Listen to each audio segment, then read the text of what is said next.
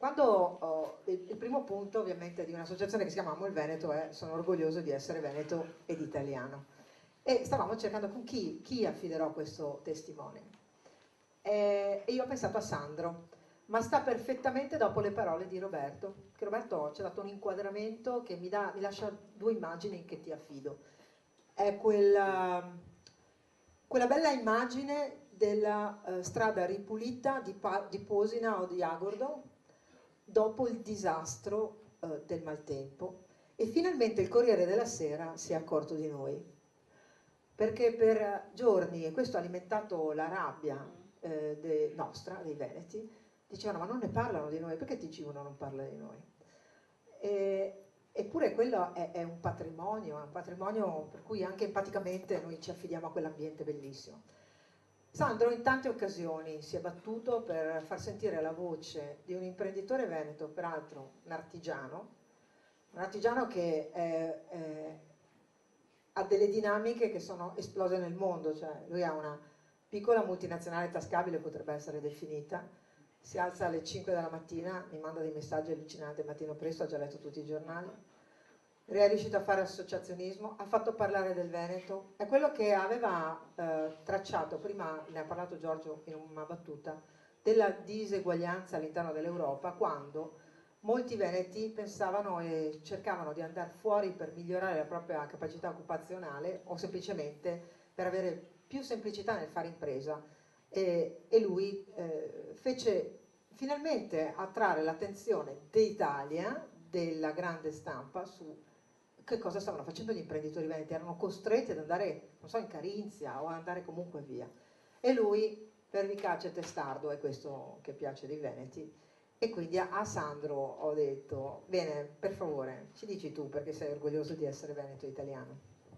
Innanzitutto Elena, grazie per avermi invitato qui oggi, grazie a voi tutti. Allora, tu riporti una cosa del 2012, il famoso pullman che facemmo per andare in Carinzia, scatenò un casino della Madonna, ve lo dico proprio. Io mi ricordo, era il 3 di gennaio, ero all'estero e mi chiamò Lilli Gruber per dire: ma chi sei? Cosa fai? Allora, ho preso 50 persone, ho detto: facciamo un giro in Carinzia, partiamo alle 5 del mattino, andiamo a vedere. Veramente quella volta facemmo veramente un disastro. Leggo lunedì su Corriere della Sera che c'è Mario Pozza, presidente delle Camere di Commercio regionali, sì, regionali, che dice: guardiamo alla Carinzia. Quindi ci è arrivato 6 anni dopo, però vabbè, ben venga.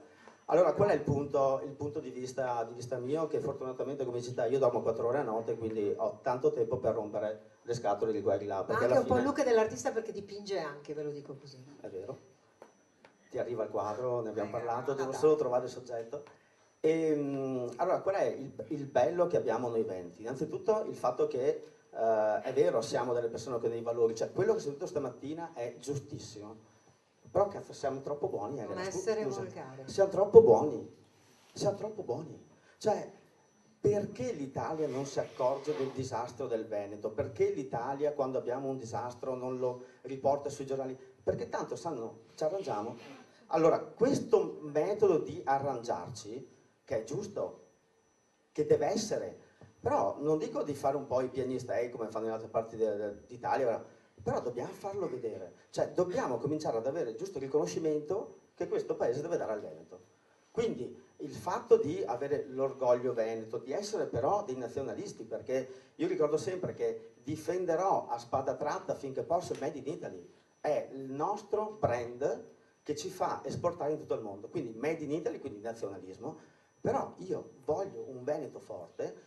E ieri sera, che come ti ho detto ho avuto il piacere di incontrare il vice premier Di Maio in Camera del Commercio a Verona, che l'abbiamo veramente stressato per 2 ore e mezza e che ha avuto una risposta per tutto, perché quando tu prima hai detto che taglia i fondi per l'alternanza scuola-lavoro, che noi imprenditori sappiamo quanto stiamo portando avanti questa cosa, perché finalmente la contaminazione tra scuola e impresa, cioè tutto quello che ci siamo detti negli anni, quindi io sono per il modello tedesco, dove sono obbligati ad avere i ragazzi nelle aziende. Di Maio ci ha risposto che non è vero. Siccome il tetto massimo delle ore non è mai stato raggiunto da quasi nessuna regione, allora non sono abbassato il tetto massimo. Quindi la risposta è stata proprio... Dopodiché si alza un imprenditore e dice: guardi che con quota 100 perdiamo nel tessile 15.000 persone in 2 anni. La risposta? nessun problema.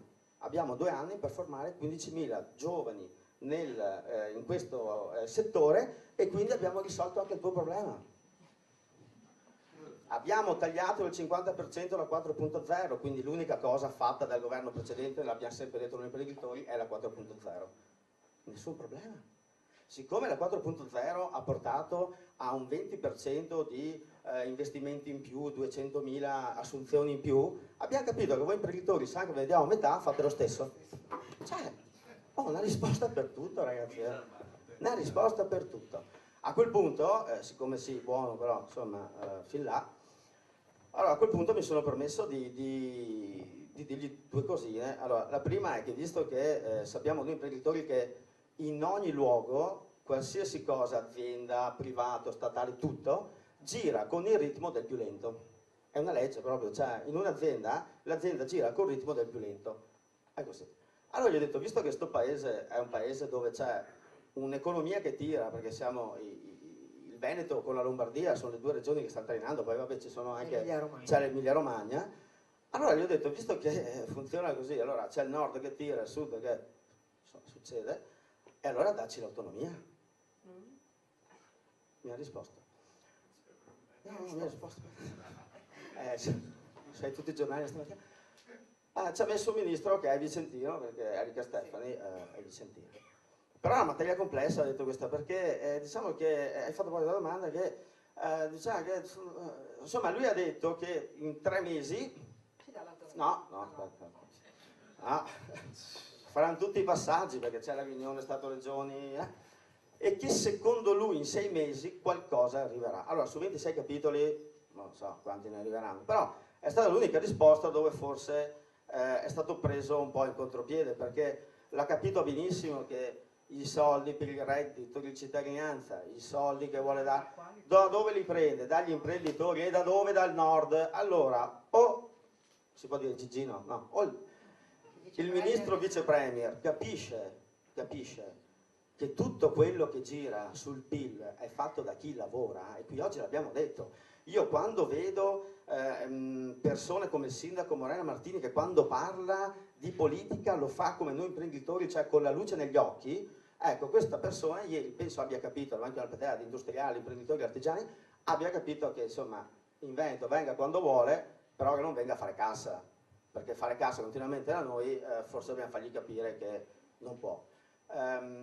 Allora, cos'è il bello di questa giornata e il bello di questa cosa che deve nascere, che è nata e che deve continuare? Il fatto che ognuno si debba prendere le responsabilità, quindi ognuno di noi, giustamente come dicevi tu Isi, fa politica tutti i giorni, ok? Deve fare una politica costruttiva, ma secondo me con dei sistemi, non dico come certa gente che urla, però dobbiamo, Elena, alzare un pochino il tono, cioè di quelli che oggi come oggi dicono pretendiamo quel qualcosa che avremmo sempre dovuto avere. Quindi non dico di diventare tutti come me, perché diventerebbe difficile.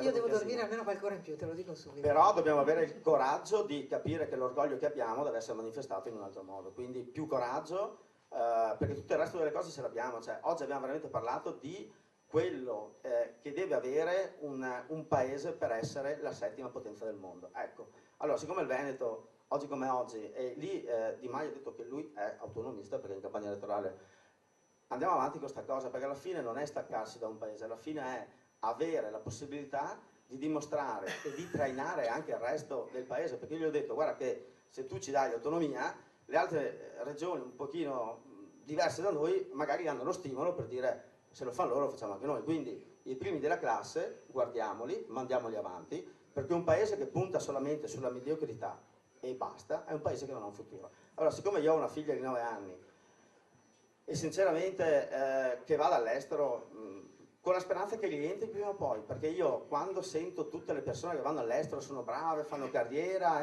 sì, però abbiamo mandato persone che invece di dare a noi, quindi al proprio territorio, quello che il territorio ha investito in loro, perché alla fine ogni volta perdiamo una persona, perdiamo un pezzo di investimento, ecco io voglio che i cervelli ritornino e che i deficienti vadano. Grande Sandro, grazie. Sintesi perfetta.